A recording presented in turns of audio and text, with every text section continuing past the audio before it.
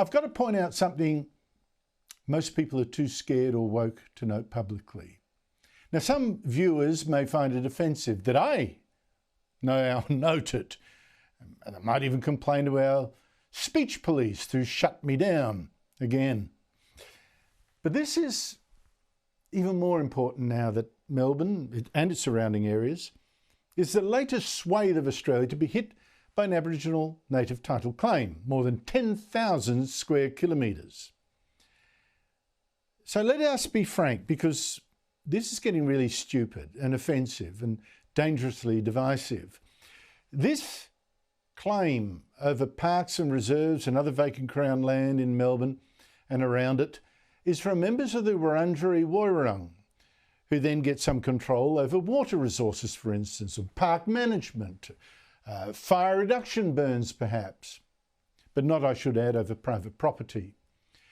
Now, already it might strike you as absurd and unfair that a tribe of at most 1,500 people, maybe 1,000, I don't know, claiming to be Aboriginal, have so much say over 5.5 million other fellow Australians. And that's even more so really when so many of these Wurundjeri also have European or other overseas ancestry. I'm guessing the vast majority of them, bar at most a handful. And when I talk about ancestry from overseas, often a lot from overseas. There'd be some more British than me, and I have no British ancestry. Well, all that, unless of course, we've seen some miraculous change, so that over a century and a half, the Wurundjeri, like the Wurundjeri chief, can go from looking like this, it's the famous William Barrack, to this. This is Murundiri, who teaches Wurundjeri culture at the Healesville Sanctuary, and says he inherited Barrack's headman title from his uncle 19 years ago. Are we really not supposed to notice the difference between, again, Wurundjeri elders of the past and those identifying as Wurundjeri elders today? Are we not supposed to then wonder whether that difference we see with our own eyes suggests also a difference in kind, a difference affecting their supposed rights over the rest of us?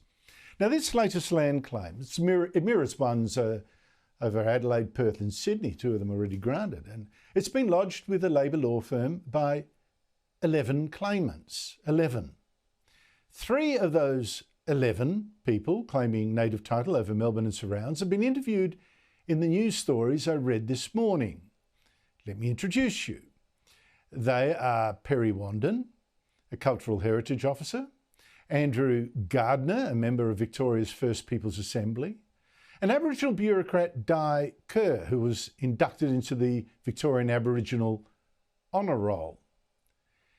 Now, be clear, I am not saying these people do not have some Aboriginal ancestry, or that they have no right to call themselves Aboriginal under the present official definitions. That is not what I'm saying. But I do wonder why one strand of their ancestry defines them racially, but the others do not. And I wonder why the fact that some of their ancestors were Aboriginal, some, entitles them to more say over our second biggest city than any other Australians. And then there's the ultimate question, really. What's the good in this?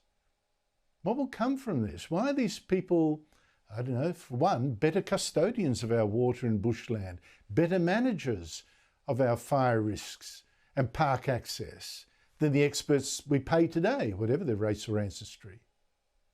And how much will this claim end up costing us? Now, to me, it's also a sin against equality in a sense. You know, to me, this apartheid is offensive. It's a nonsense. It's divisive irrelevance that will drive us apart for generations when we desperately need to come together as Australians. Race and origin irrelevant.